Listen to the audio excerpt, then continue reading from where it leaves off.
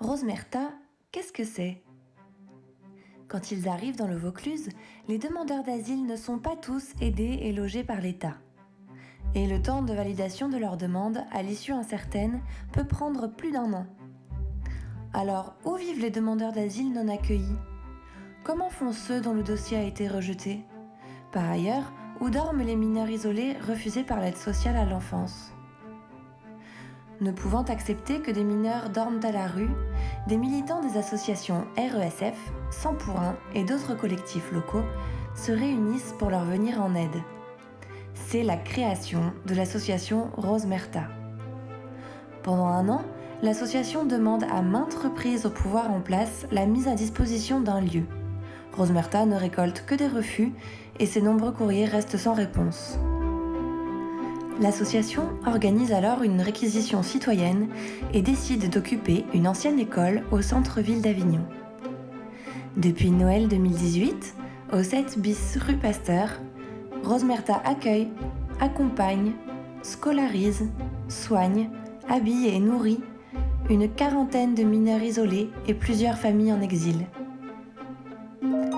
Depuis son ouverture, Rosmerta, c'est 88 personnes hébergées venant de 13 pays différents et 35 jeunes accueillis de manière ponctuelle. C'est aussi 37 personnes régularisées et accueillies dans les services de l'État et du département, 6 jeunes pour qui l'association a trouvé des familles d'accueil.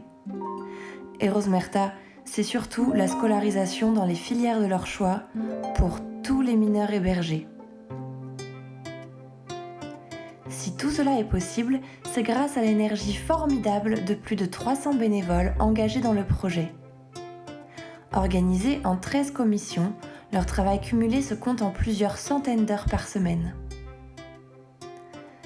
En plus de fournir un toit, le couvert, l'écoute et la sécurité aux habitants de Rosmerta, le travail de ces bénévoles leur permet également de recevoir un accompagnement médical adapté, un suivi individuel de leur scolarité, une aide administrative et juridique sur mesure et un accès facilité à la culture.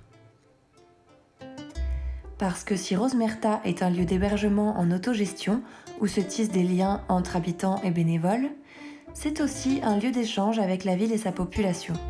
C'est pourquoi, au 7 bis rue Pasteur, des ateliers sont ouverts à tous et chaque mois, des événements culturels sont proposés au public, soutenus par des artistes locaux engagés.